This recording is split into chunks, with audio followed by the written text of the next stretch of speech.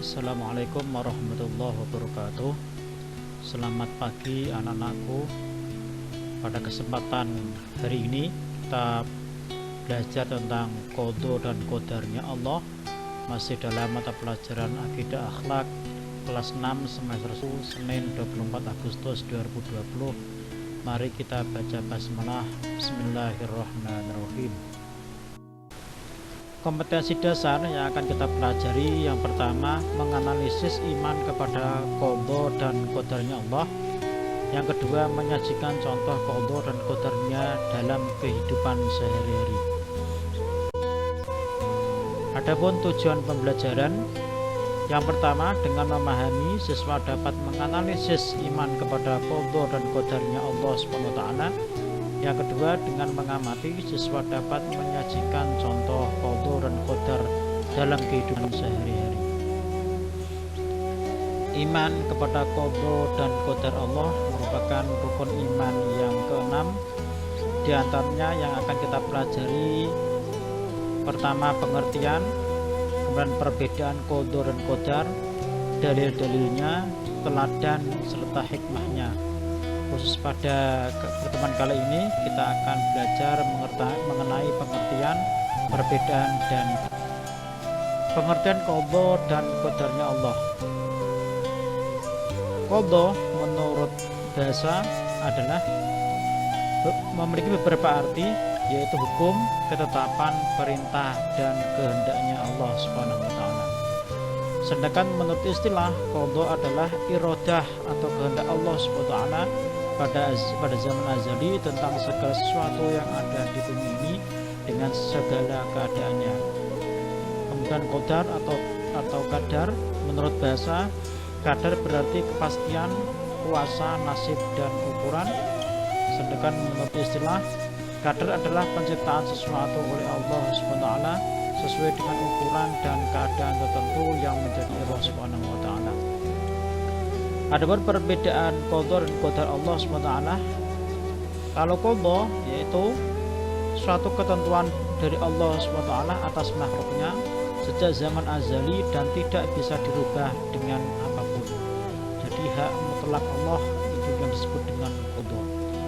Sedangkan qadar yaitu merupakan ukuran atau batasan dari ketetapan Allah atas segala keputusan di saat kita telah berada di alam dunia sesuai dengan usaha dan daya upaya kita dalam berusaha.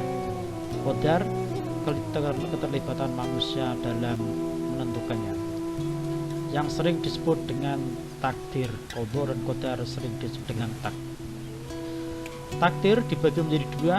Yang pertama adalah takdir mubrom, yaitu takdir yang tidak bisa dirubah, sebagaimana contoh jenis kelamin manusia, kematian manusia, dan jodoh manusia serta yang lainnya. Sedangkan takdir mu'allaq yaitu takdir yang dapat diubah oleh usaha manusia, seperti orang yang sakit dengan berobat menjadi sembuh, orang miskin bekerja keras menjadi kaya, dan pelajar bisa menjadi pintar karena usaha. Adapun dalil takdir dari Allah SWT, yang pertama surat Al-Hadid ayat 22, yang kedua surat Ar-Ra'd ayat 11.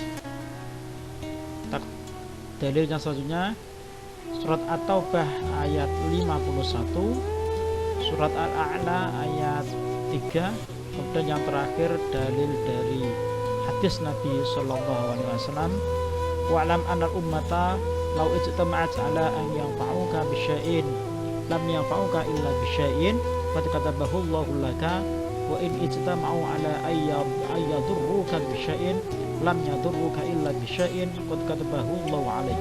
Rufi'at al-aqlam wa jaffatis suhuf.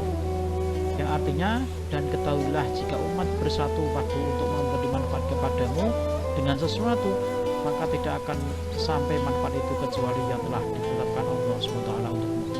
Jika mereka bersatu padu untuk mencelakaimu, maka engkau tidak akan celaka kecuali yang telah ditetapkan Allah SWT untukmu. Pena sudah diangkat dan lembaran catatan sudah terima. Marilah kita amati gambar berikut. Yang pertama, gambar yang kedua, dan gambar yang ketiga. Baiklah anak-anakku, sekarang tugas kalian adalah pesan dari gambar 1, gambar 2, dan gambar yang ketiga berkaitan dengan qada dan qadarnya Allah Subhanahu wa taala. Semoga kita bisa mengimani sebagai orang muslim dan penuh dengan keyakinan kepada Allah bahwa takdir atau qadarnya Allah telah ditentukan pada zaman azali. Demikian, assalamualaikum warahmatullahi wabarakatuh.